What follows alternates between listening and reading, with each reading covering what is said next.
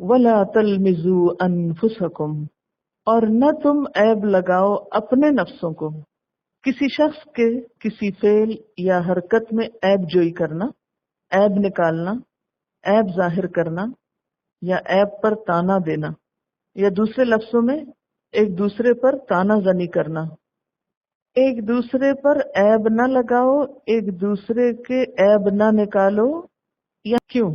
اس لیے کہ جو شخص دوسرے پر عیب لگاتا ہے، دوسرے کو تانا دیتا ہے، دوسرے کے عیب کی طرف نشاندہی کرتا ہے، وہ دراصل خود کو عیب نکالنے کے لیے پیش کرتا ہے. یعنی جب تم کسی کے عیب نکالو گے تو لازماً اس کا دھیان بھی تمہارے عیبوں کی طرف جائے گا.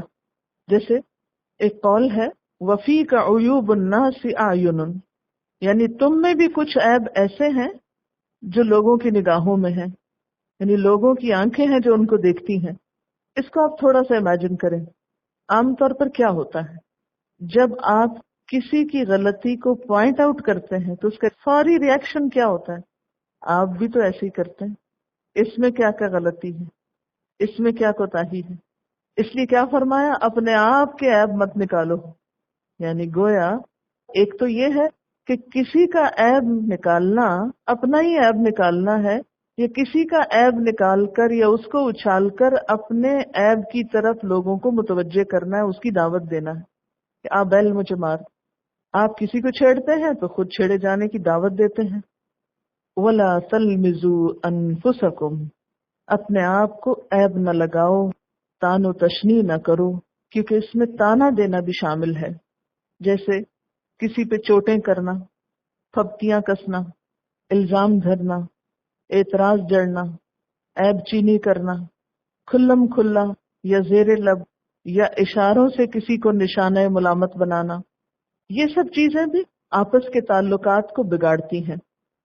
جب ایک انسان کسی دوسرے پہ چوٹ کرتا ہے تو اس کا معنی کیا بنتا ہے کہ خود اپنے اوپر چوٹیں کرنے کے لیے دوسروں کو دعوت دیتا ہے.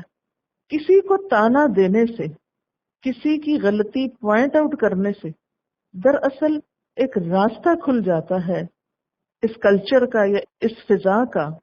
یہ بالکل ایسا ہی ہے کہ جیسے ایک خوشگوار فضا کے اندر کوئی بدبودار چیز لا کے چھوڑ دی جائے تو کیا ہوتا ہے؟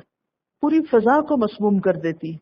اسی طرح کسی بھی مجلس میں اچھی بھلی گفتگو ہو رہی ہو کہ اس میں ایک شخص دوسرے کو تانا دے، تم ایسے اور ویسے، تم نے یہ غلط کیا، تم یوں کرتے ہو، تمہاری یہ غلطی ہے، تمہارا یہ قصور ہے، تمہاری یہ کوتاہی ہے.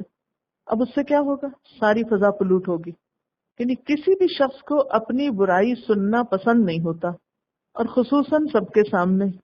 جب ایک شخص کو اس طرح پوائنٹ آؤٹ کیا جاتا ہے تو اس کے دل میں فوراً نفرت کا پودا اگنا شروع ہو جاتا ہے، اور وہ یہ سننے کی بجائے کہ کوئی مجھے کیا کہہ رہا ہے فوراً سوچنے لگتا ہے کہ یہ خود کیسا ہے، یہ خود کیا کرتا ہے. اور بعض اوقات یہ ہوتا ہے کہ وہ شخص فوری طور پر جواب دیتا ہے، فوری ری ایکشن ہوتا ہے.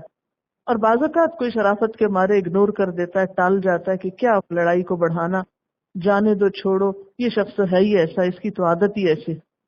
لیکن یہ ایک بہت بڑی حقیقت ہے کہ جو اس کا آغاز کرتا ہے، جو اس کو شروع کرتا ہے، دراصل وہ خود سب کی نظروں میں مبغوض ہو جاتا ہے، سب کی آنکھوں کا تارا نہیں کانٹا بن جاتا ہے.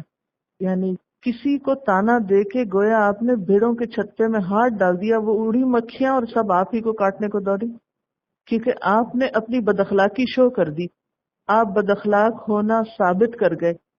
سب کے دلوں میں آپ کے لیے ایک نفرت آ گئی، اب وہ آپ کی طرف بڑھ رہے ہیں.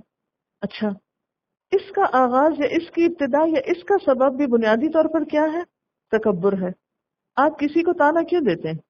کسی کی عیب، کسی کی غلطی کیوں چنتے ہیں؟ کب ایسا ہوتا ہے؟ جب آپ اپنے آپ کو بڑی چیز سمجھتے ہیں تو آپ کسی کی غلطی پر انگلی اٹھاتے ہیں. جو ہی آپ ایسا کرتے ہیں آپ اپنے آپ کا بد اخلاق ہونا ثابت کر دیتے ہیں.